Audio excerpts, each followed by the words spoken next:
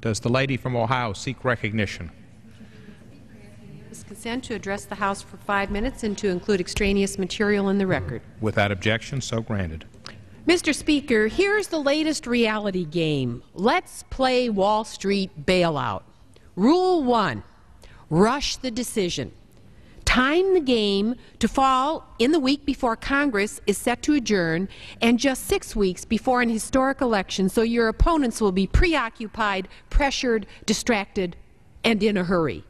Rule 2, disarm the public through fear.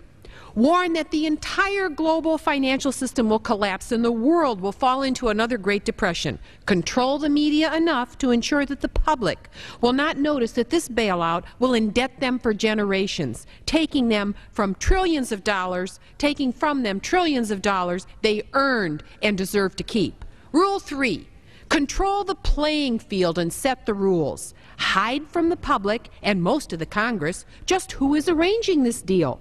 Communicate with the public through leaks to media insiders. Limit any open congressional hearings. Communicate with Congress via private teleconferencing calls. Heighten political anxiety by contacting each political party separately.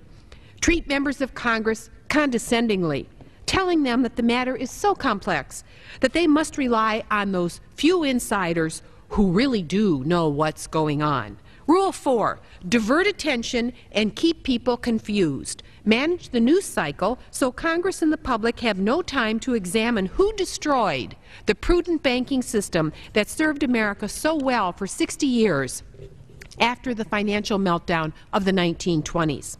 Rule 5, always keep in mind the goal is to privatize gains to a few and socialize losses to the many. For 30 years, in one financial scandal after another, Wall Street game masters have kept billions of dollars of their gains and shifted their losses to American taxpayers. Once this bailout is in place, the greed game will begin again. But I have a counter game. It's called Wall Street reckoning. Congress shouldn't go home to campaign.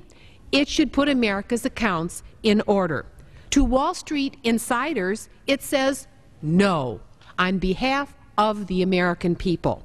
You have perpetrated the greatest financial crimes ever on this American republic. You think you can get by with it because you are extraordinarily wealthy and the largest contributors to both presidential and congressional campaigns in both major parties. But you are about to be brought under firm control. First, America doesn't need to bail you out. It needs to secure the real assets and property, not your paper.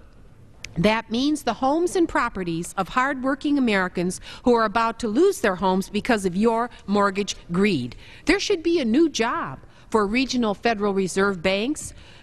We want no home foreclosed if a serious workout agreement can be put into place. And if you don't do it, we want a notarized statement by a Federal Reserve official that they tried and failed. Second, taxpayers should directly gain any equity benefits that may flow from this historic bailout. We want the American people to get first priority in taking ownership of the institutions that want to pass their toxic paper on to the taxpayers.